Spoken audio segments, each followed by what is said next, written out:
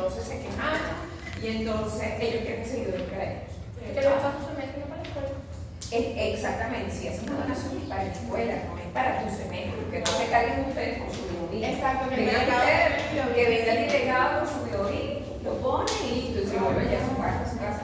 Pero esto fue una donación, entonces es para que todo el mundo tengo entendido que las donaciones son eso, ¿no? Yo reclamo eso por el Insta. Reclaman. Bueno, entonces es conocido como ciclo abierto y dependiendo de las necesidades celulares, pues esos intermediarios podrán salir del sistema, del ciclo, o volver a ingresar si es que necesitamos energía. Y bueno, eso va a estar dado, yo les dije a ustedes que eso está completamente engranado con la cadena de transporte electrónico. La velocidad con la que se sintetiza ATP, la velocidad con que se oxiden esos NADH, esos equivalentes reductores que son generados en el ciclo, pues va a depender de la velocidad con la que va a ir el ciclo de Krebs y va a depender entonces también de la actividad de la oxidación de la glucosa. Dice una información importante, la oxidación de glucosa es la única que se da en el citoplasma. La oxidación de los aminoácidos y la oxidación de los ácidos grasos tienen lugar en la mitocondria. Entonces, bueno, es importante porque en las células que no tienen mitocondria, pues la fuente primordial, juro, es la glucosa. Entonces, el citrato es una señal de que en la mitocondria, pues obviamente hay un sustrato que te está dando energía, la beta-oxidación de los ácidos grasos. Y que nosotros sabemos que este citrato es capaz de salir de la mitocondria para ejercer funciones. Nosotros sabemos que el citrato regula la fosfofructokinasa 1, es decir, me la inhibe. Por lo tanto, no sigue oxidando la glucosa porque tengo otra fuente energética que me está supliendo. Entonces, bajo esta situación, si hay grandes concentraciones de citrato, el citrato puede irse a la síntesis de ácidos grasos, el alfa-cetoglutarato podría irse a la síntesis de aminoácidos, a reacciones anaeróbicas. Puede irse como neurotransmisor, por ejemplo, el ácido gamma-aminobutírico, que viene del glutamato, la glutamina, etc. Y el succinil-CoA, pues, que es utilizado para la síntesis del glucoén, que es el transportador de la hemoglobina, ¿no? Tenemos luego el malato, que puede salir, nosotros ya hemos visto que participa dentro del sistema de la lanzadera, pero además el malato juega un papel importante en la gluconeogénesis. Y el oxalacetato, pues, puede quedarse dentro de la mitocondria, pero para la síntesis de aminoácidos. O sea, ella no va a salir porque ustedes saben que ella necesita de un transportador específico para poder salir de la membrana mitocondrial. Ella utiliza el malato. Si el malato sale, entonces es porque participa en el sistema de lanzadero o porque participa en el proceso de la gluconeogénesis. En esta diapositiva, pues, les ilustra todas las reacciones anabólicas en las que participan los intermediarios del ciclo del ácido tricarboxílico. Fíjense que eso está lleno de aminoácidos. O sea que cuando ustedes vean metabolismo aminoácido, van a volver a tocar el ciclo del ácido tricarboxílico porque no hay otra manera. Todos los integrantes del ciclo del ácido tricarboxílico, la mayoría son aminoácidos. Entonces, todos ellos van a participar de reacciones anabólicas también para la síntesis de aminoácidos. Tenemos, por ejemplo, el oxalacetato, que participa también en la síntesis del aspartato, la paragina, la piridina. Tenemos el succinil-CoA, que ya lo dijimos, el glucoén. Luego tenemos el alfa-cetoglutarato, que participa en la síntesis de glutamina, glutamato, glutamina, arginina, etcétera, que son aminoácidos importantísimos dentro de lo que es, bueno, el fisiológico, participan en lo que es glutamina, en la formación de músculo, arginina, en el proceso del dolor, la prolina igualmente. De hecho, yo tengo un artículo sobre eso. Y bueno, lo que vemos en rojo son las rutas de relleno, es decir, las anacleróticas. Entonces, bueno, el piruvato puede llenar este ciclo a través del oxalacetato y el fosfoenol piruvato también ingresando por una fosfoenol piruvato carboxilinasa, como lo veremos en gluconeogénesis. El piruvato también puede producir malato, entonces a través de una enzima málica, que también lo van a ver cuando vean metabolismo del glúcido. Entonces, fíjense cómo diferentes aminoácidos pues participan entonces dentro de las rutas de síntesis anabólica de algunos aminoácidos. Entonces, bueno, tenemos la cisteína, la fenilalanina, la tirosina de Cristófano, que provienen básicamente de fosfoenol piruvato. y que bueno, que son conocidos como glucoformadores, ¿no?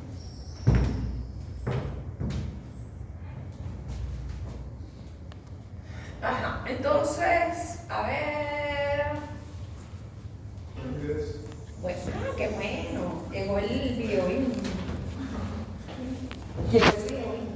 En estas rutas anapleróticas, pues la alanina y la serina, bueno, juegan un papel importante también como aminoácidos para generar oxalacetato, que también teníamos los ácidos grasos de cadena corta, tipo impar, perdón, y de cadena corta, como por ejemplo el acetato, el glutirato, el propionato, que ingresan bajo la forma de propionil-CoA y generan succinil-CoA e ingresan al ciclo del ácido tricarboxilo. Entonces, cabe señalar que los ácidos grasos de cadena corta son combustibles importantes para el enterocito y permiten entonces que el enterocito pues, pueda sintetizar ATP a partir de estos ácidos grasos de cadena corta. Bueno, ya habíamos hablado del alfa-cetoglutarato, ya habíamos hablado del glutamato, cómo pueden entonces participar en este proceso para ingresar dentro del ciclo del ácido tricarboxilo.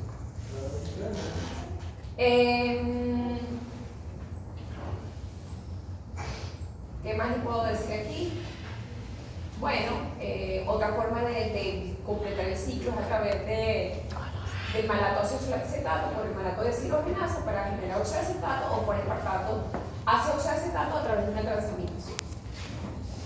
Otra forma de entrada es a través del fumarato y, bueno, finalmente ya tenemos todas las rutas anapleróticas principales del ciclo del ácido tricarboxilo. Lo importante también es señalar que todos aquellos carbohidratos, ácidos grasos y aminoácidos que producen acetil-CoA no son capaces de producir glucosa.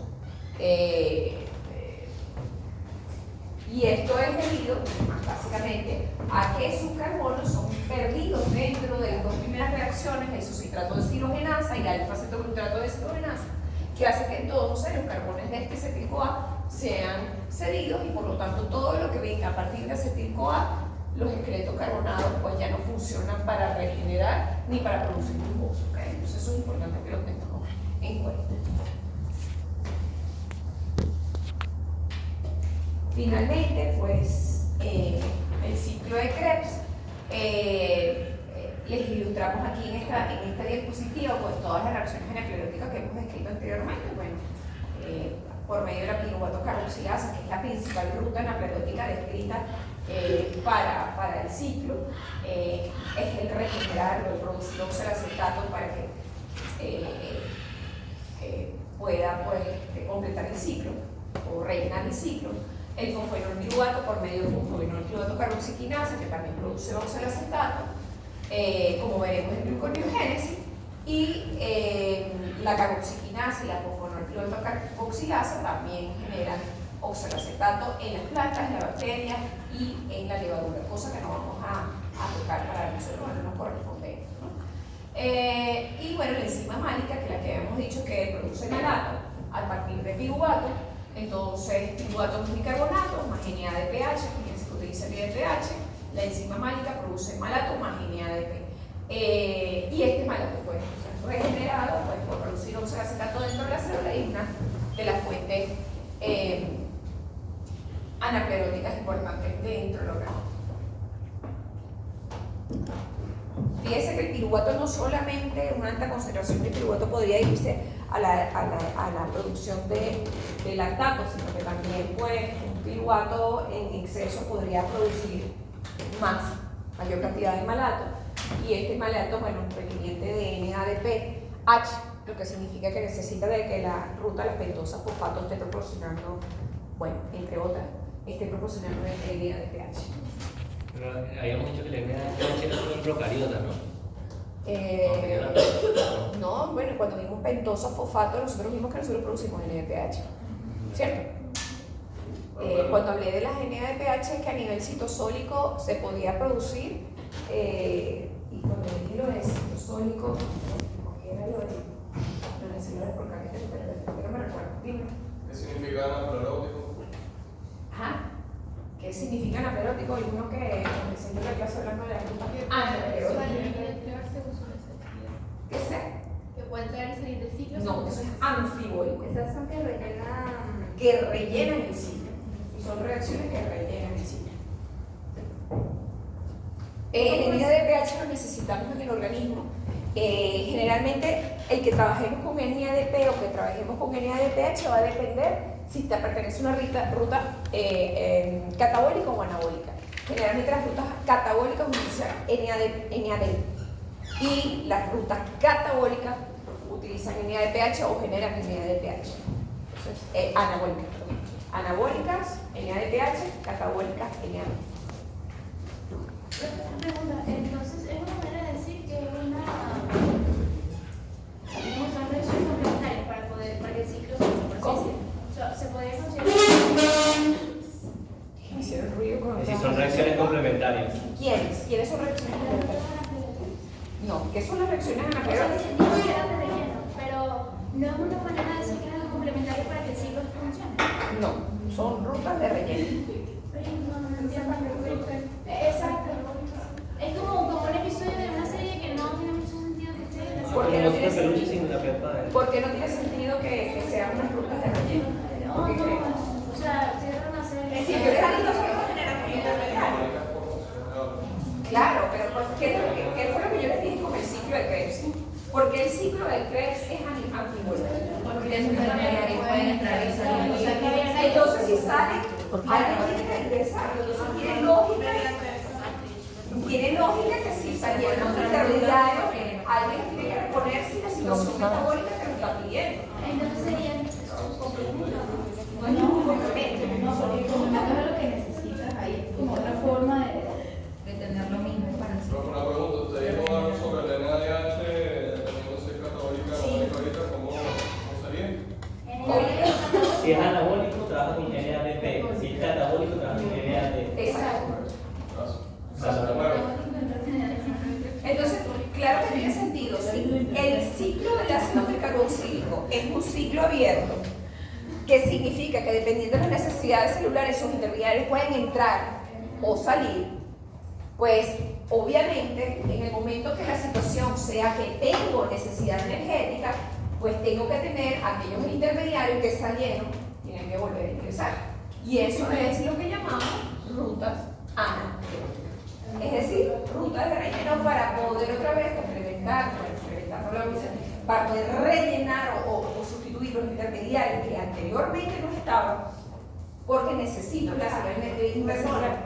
La señal intracelular es necesito energía, entonces, bueno, necesito los intermediarios. Por eso los intermediarios que salieron.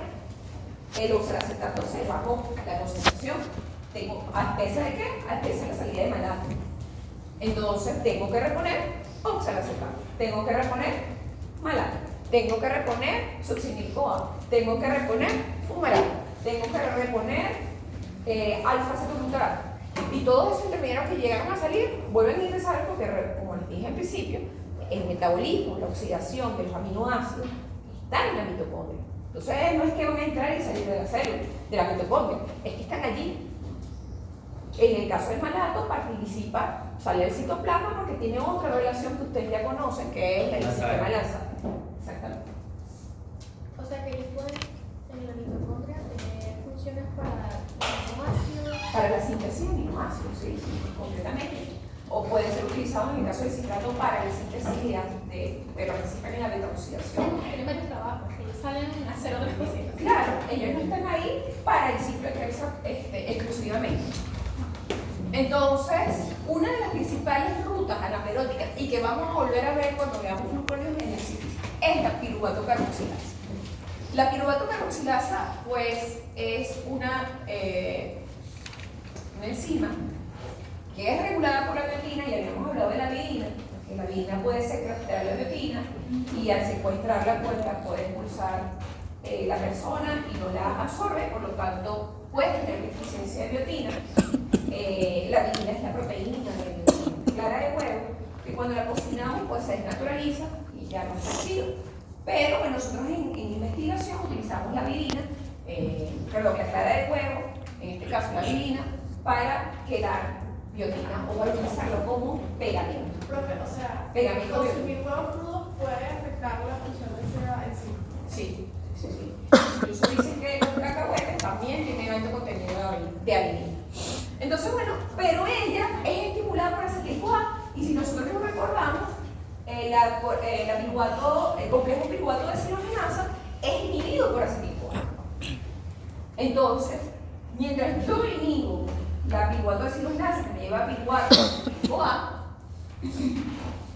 por concentración desde ella, en el todo lo contrario, estimula la piruvato carboxilasa. O sea que este piruvato que está en altas concentraciones podría producir oxalacetato. Entonces, no necesariamente el exceso de piruvato se va a producir lactato. Ya conocemos otra ruta, que es una principal ruta anaeróbica y que es la producción de oxalacetato a partir del piruvato. Ya conocemos la tercera, porque también conocemos la producción de malato a partir de piruvato por la enzima mágica, ¿cierto? Y que ese malato pues, juega un papel importante dentro del ciclo de Krebs y dentro de la cadena y dentro del sistema de Lanzade. Bueno, entonces, este piruvato carboxilasa se encuentra en altas concentraciones en el hígado y la corteza renal, donde la gluconeogénesis es bastante importante. Podemos encontrarlo en el cerebro, en los linfocitos, en los fibroblastos, y su deficiencia está asociada con la enfermedad de Lewy. O sea, hay una acidosis y una retroceso mental. Bueno, eso es lógico, porque si este piruvato, o sea, si hay altas concentraciones de acetil-CoA, el piruvato no puede producir acetil-CoA porque la piruvato de deshidrogenasa está inhibida. Este piruvato, porque tiene una enzima que no está funcionando, que es el piruvato carboxilasa, este piruvato comienza a concentrarse y al concentrarse este piruvato en el citoplasma, bueno, produce lactato. Gracias a la lactato deshidrogenasa, generando esta acidemia que nosotros conocemos y retraso mental, porque, bueno, recordando que básicamente las neuronas se alimentan de una glicólisis de tipo aeróbica y si tú no logras pues, solventar este proceso de generación a través de glucosa, pues las neuronas no se pueden alimentar adecuadamente y bueno, ahí ese movimiento de esa alimentación de las neuronas son bastante deficientes y produce retraso mental. Además el ácido. Entonces, bueno. No, a lo mejor crudo. Sí, bueno. Cuando era- El que le pone huevo crudo a la merengada o algo así, bueno, ya saben cuáles son las consecuencias metabólicas del huevo crudo, ¿no? Fíjense, nosotros habíamos hablado que hay unos puntos de regulación del ciclo del ácido carboxílico que vienen dados precisamente por aquellos lugares donde las reacciones son termodinámicamente irreversibles. ¿Cuáles son aquellas reacciones? Bueno, aquella sintetizada por la citrato-sintasa, aquella sintetizada, realizada por la isocitrato de deshidrogenasa o el complejo piruvato, de isocitrato de deshidrogenasa o el complejo alfa-cetoglutato de deshidrogenasa, que también es irreversible. Pero fíjense que la malato de deshidrogenasa, a pesar que es altamente endergónica, es altamente una reacción positiva, ella es regulada por las concentraciones en ADH. Pero claro, porque recordando que el oxalacetato no logra difundir la membrana, él siempre va a estar dentro de la mitocondria como oxalacetato. Y la única forma de que yo pueda dar una señal intracelular de que estoy suficiente de energía es que este malato salga. Entonces la tendencia es a que produzca malato y que esté regulada por el producto, NADH. Fíjense que cada uno de ellos tiene una regulación importante por el NADH. Y bueno, es lo que ellos generan NADH. En estas enzimas, bueno, hay una enzima alostérica, la citrato-sintasa es una enzima alostérica, la isocitrato de deshidrogenasa es una enzima alostérica y las otras son reguladas por productos, ¿no? Es importante también ver que el calcio juega un papel importante también en estas enzimas. Nosotros habíamos visto que el calcio también estimulaba en el complejo, en el complejo piruvato de deshidrogenasa, recuérdense que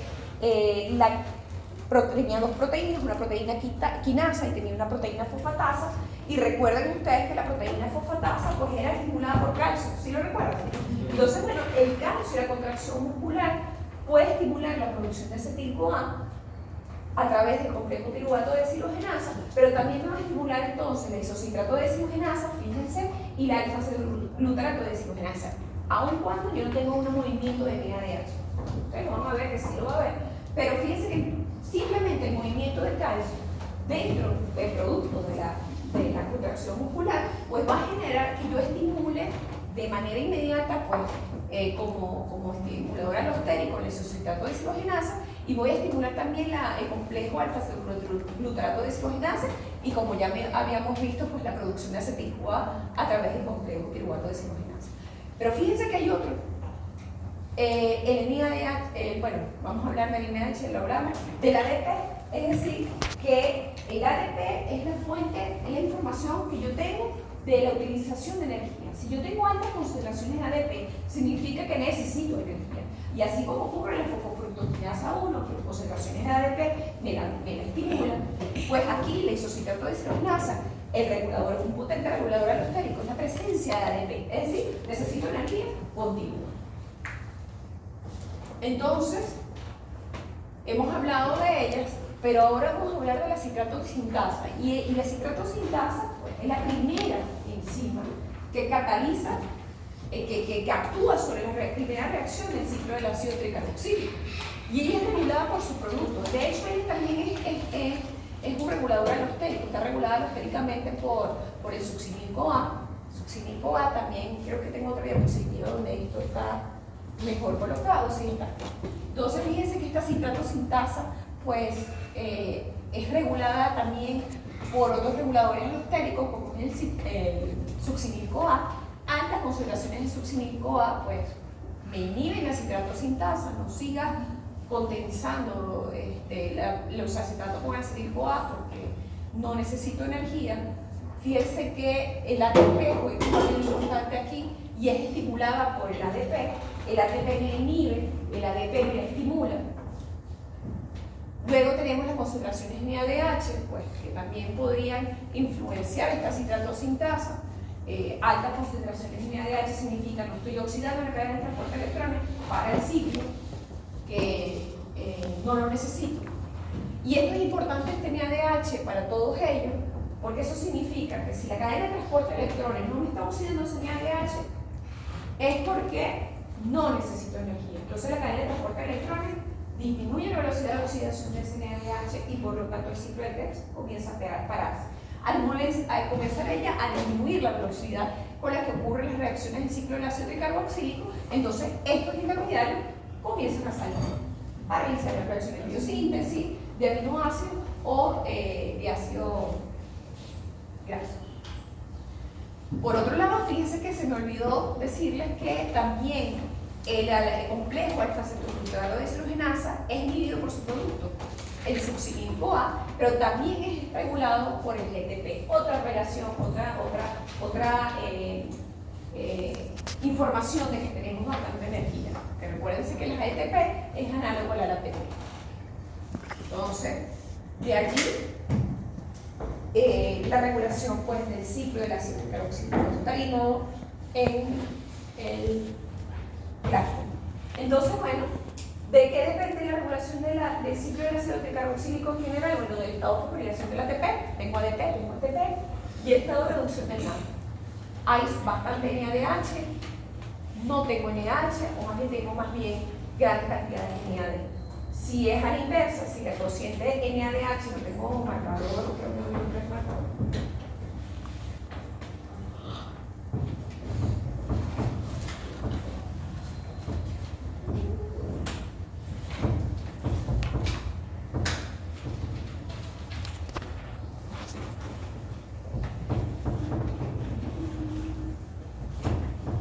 No traje marcador, ¿no tiene marcador?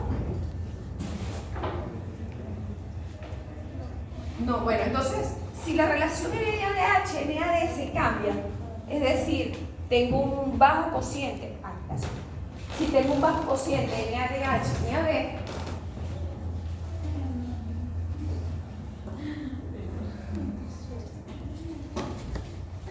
si tengo un bajo cociente de NADH-NAD, significa que necesito energía. Si tengo un alto cociente de NADH, NAD significa no necesito energía porque estoy acumulando NADH. Igual ocurre con el estado de fosforilación del ATP. Vamos a hablar de cociente. Si tengo un cociente elevado de ATP-ADP, significa, pues, no necesito energía porque estoy acumulando ATP, pero si tengo un bajo cociente de ATP-ADP, pues significa entonces que estoy necesitando energía y que necesito entonces que continúe el ciclo. Y eso lo vamos a ver porque, bueno, eso va a depender de que la cadena de transporte de electrones oxide ese NADH y genere ATP. Ella va a generar ATP en función de la necesidad celular. Porque la cadena de transporte de electrones al final, su fin común, su fin es producir energía. Entonces ella va a transportar electrones y va a bombear protones con la función de generar energía. Entonces ella no va a generar energía si no se necesita. Y esto lo va a definir. Esto va a definir qué es lo que está ocurriendo entonces ahora en cadena de transporte eléctrico y en la fosforilación axial.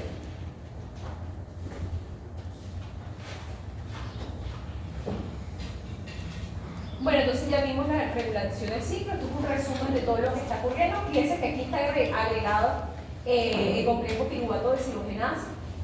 Nuevamente recordando que el complejo piruvato de deshidrogenasa es inhibido por ATP, por acético A, NADH y ácido graso. Todo eso es una señal de que hay combustible, de que hay energía. Y es estimulado pues, por el AMP, necesito energía, o enzima A, NAD y calcio. Posteriormente la citratoxicasa, que ya la discutimos, la isocitrato de deshidrogenasa, la alfa-citocitrato de deshidrogenasa, aquí le faltaría el GTP.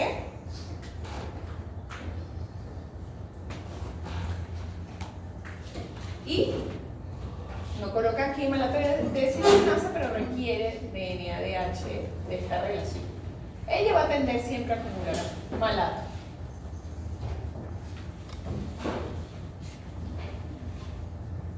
Completada la historia. Entonces, ¿me dijeron ya va? Listo. Ya.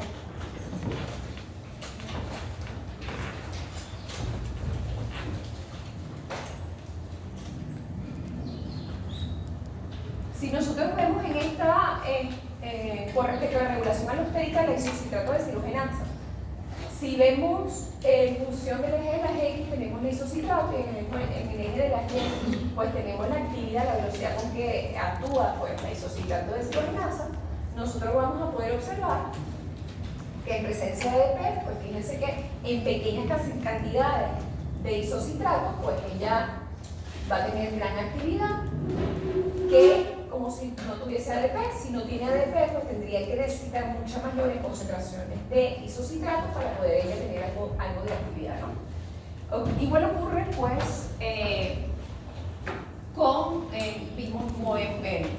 la evaluamos la actividad del isocitrato de deshidrogenasa, pero ahora a través de la concentración de ADP en el eje de las X. Si no hay ADP, fíjense que no hay actividad de la enzima. Pero a medida que va aumentando las concentraciones de ADP, fíjense cómo va incrementándose la velocidad de la enzima. Igual, nuevamente, la velocidad de la enzima de la isocitrato de deshidrogenasa, pero ahora en función de concentraciones de NADH. Si hay altas concentraciones de NADH, fíjense que la velocidad es 0 de la isocitrato de deshidrogenasa. Pero a medida que va disminuyendo la concentración de NADH, fíjense cómo, a la inversa, la actividad es 0, sí. Entonces, a medida que ella va disminuyendo entonces las concentraciones de NADH, fíjense cómo la actividad pues, de la velocidad de las reacciones pues, empiezan a aparecer. O sea, que ella va a dejar de funcionar si hay NADH. Claro, ella deja de funcionar si hay NADH. Es un regulador alostérico. Bueno, entonces ahora vamos a hablar de alguien que ya hemos conversado bastante sobre ella, electrones y la fosforilación oxidativa.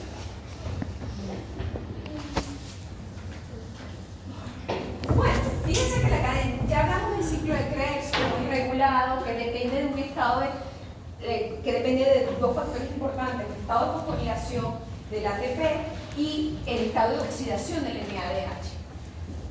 Y todo esto va a depender de este último eslabón que estamos conociendo el día de hoy, y es la cadena de transporte de electrones y la fosforilación oxidativa.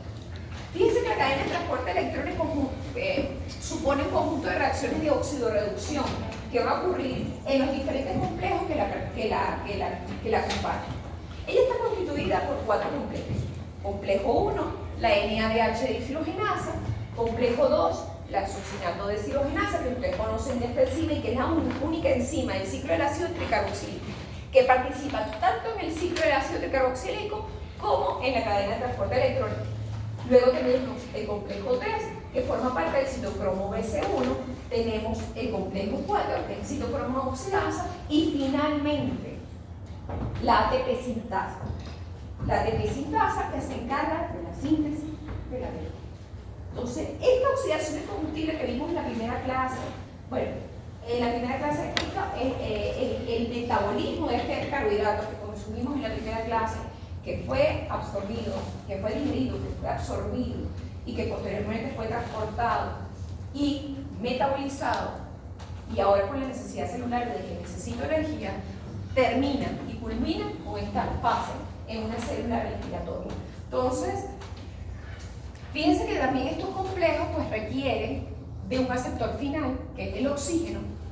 En ausencia de oxígeno, ninguno de los complejos puede transferir esos electrones, aunque desde el punto de vista en laboratorio nosotros podemos darle los elementos necesarios para que se dé y poder probar algunos inhibidores, pero y ver cuál funciona, si estamos en el complejo 1, si estamos en el complejo 2, si estamos en el complejo 3 o estamos en el complejo 4. Pero desde el punto de vista fisiológico, si no hay el receptor final, que es el oxígeno, la cadena de transporte de electrones no se puede dar. ¿Por qué? Simplemente tiene que haber alguien que acepte finalmente un electrón. Si no, imagínate, todo va a ser. Es importante también destacar que si ustedes ven aquí, estamos hablando de proteínas transmembranales. Estamos hablando que el complejo 1, el complejo 3 y el complejo 4 son proteínas transmembranales. Eso significa que son proteínas embebidas en mi capa lipídica de la membrana mitocondrial interna y que ella puede tanto unir ser un mecanismo de unión del espacio intermembrana con la matriz mitocondrial. O sea, suponiendo que nosotros estamos dentro de la mitocondria, bueno, estamos dentro de una célula. Sí, tenemos la célula y que es impermeable, es completamente impermeable y selectivo. Si nosotros vemos, Por ahí pasa exclusivamente electrones. por los complejos, sí, pasan complejos electrones nada más. Si nosotros entonces, vemos que este es el citoplasma de la célula, que esta es la membrana mitocondrial interna, obviamente esta es la mitocondria, esta es la matriz